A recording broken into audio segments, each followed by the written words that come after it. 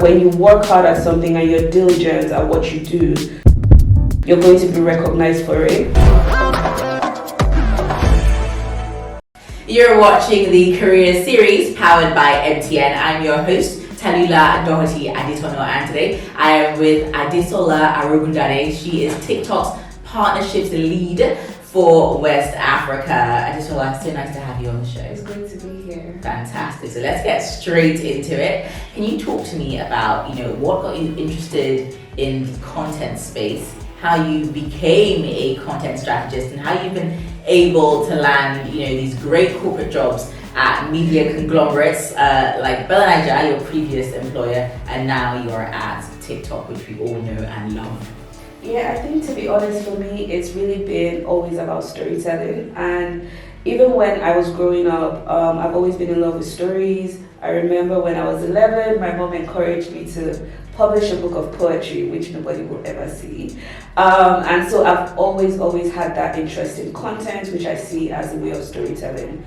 And then going into schools, it's always been an opportunity to then specialize in content creation, content strategy, mass communication, journalism, and all of that, and really get that knowledge of the digital space. And that's really about my interest in content. For landing those good roles, I like to say that getting the job at Bella Naija was really just fate. So Uche Pedro, who's the founder of Bella Naija, had reached out to me in 2014 about the role being available. And then we had a couple of conversations. They were really chilled and easy.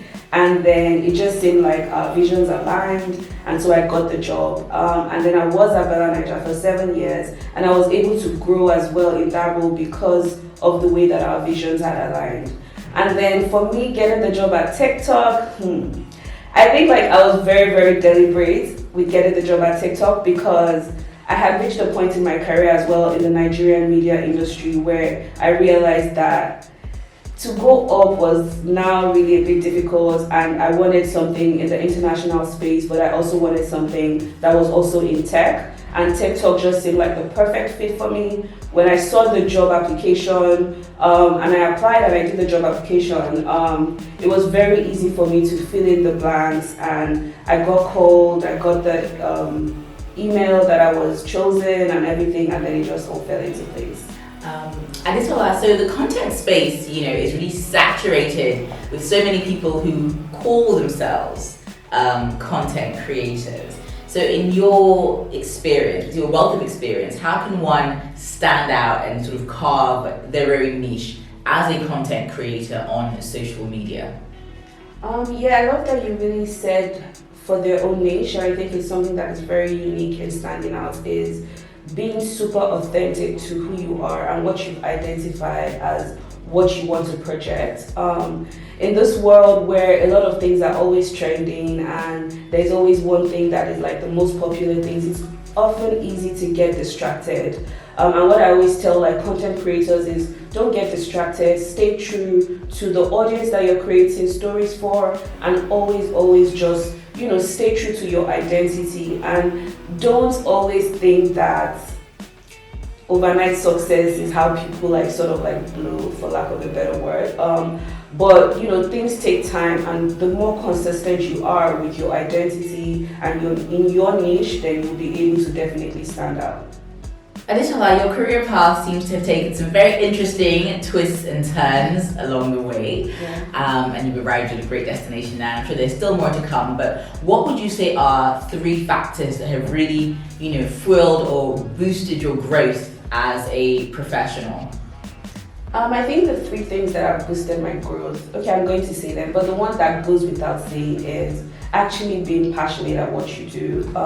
You can't really fake it till you make it in this kind of line of work that I do, or it's what I've seen, so you actually have to be passionate about it. That one is a bonus, but the first thing is hard work. And I know it sounds like a cliche, work hard, but trust me when I say that when you work hard at something and you're diligent at what you do, you're going to be recognized for it, and then you'll be able to grow and then, move up and all of that.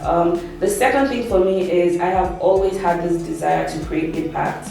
And I think it's why I have also singled out the brands that I have worked with or worked at. So when you think of Bella Niger, when you think of the Tony Elumelu Foundation, or you think of what I'm doing at TikTok currently, it's always been my desire to create that impact. And so that's something that has really propelled my growth as well. And I think for me, the third thing is adaptability.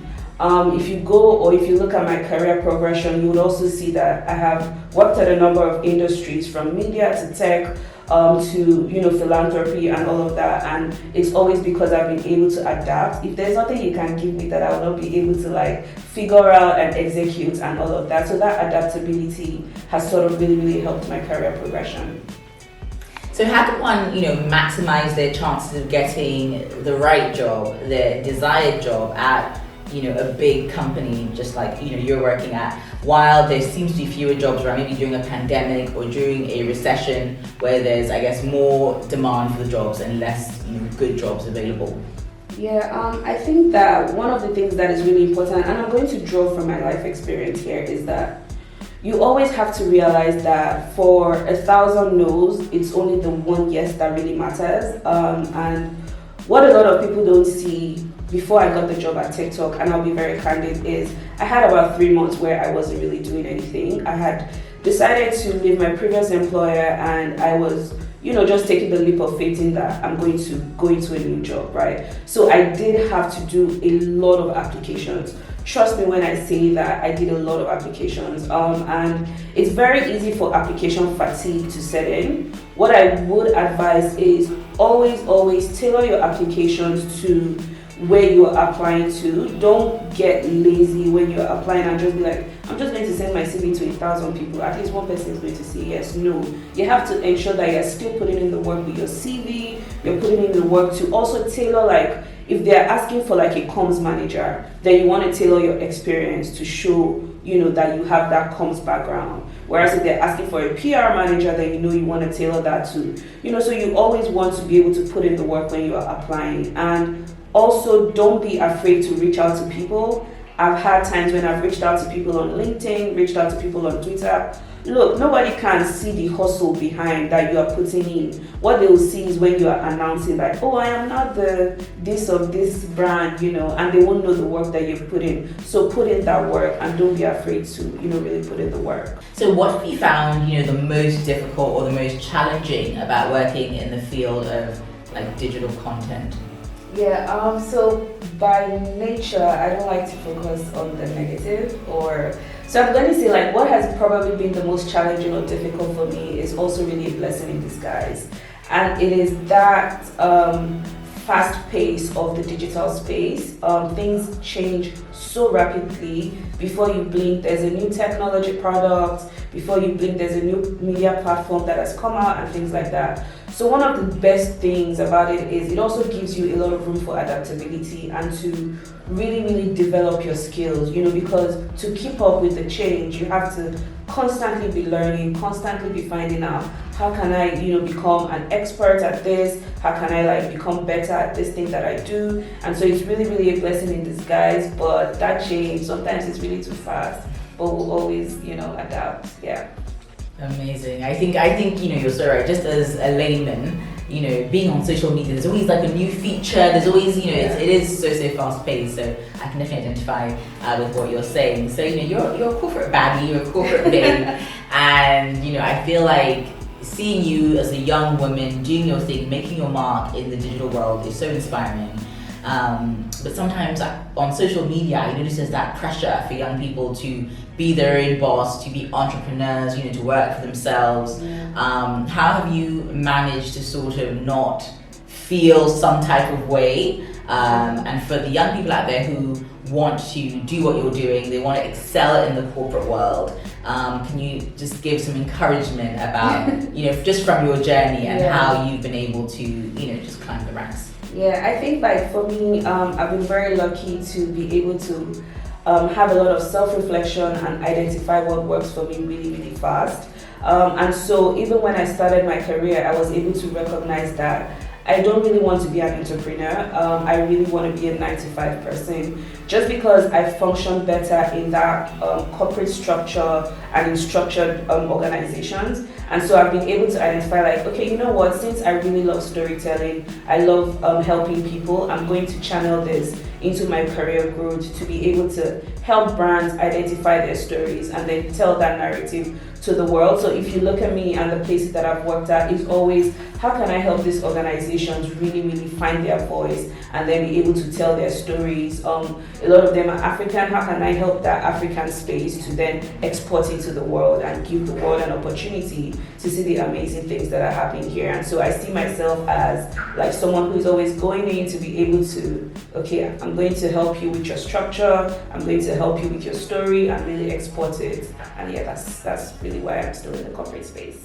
Fantastic. And I want to talk a bit, just final question about the perks, because I think people feel like, oh, when you're an entrepreneur, there's no cap on what you can earn and, you know, all of that. But I also know that in the corporate world, it can also be lucrative as well. And, you know, in my opinion, sometimes it's more regular as an entrepreneur. You may not be sure what's coming in month to month, but as someone in the corporate world, you pretty much know what you're earning, you know, every single month. So can you talk to us about the remuneration and how that has been for you?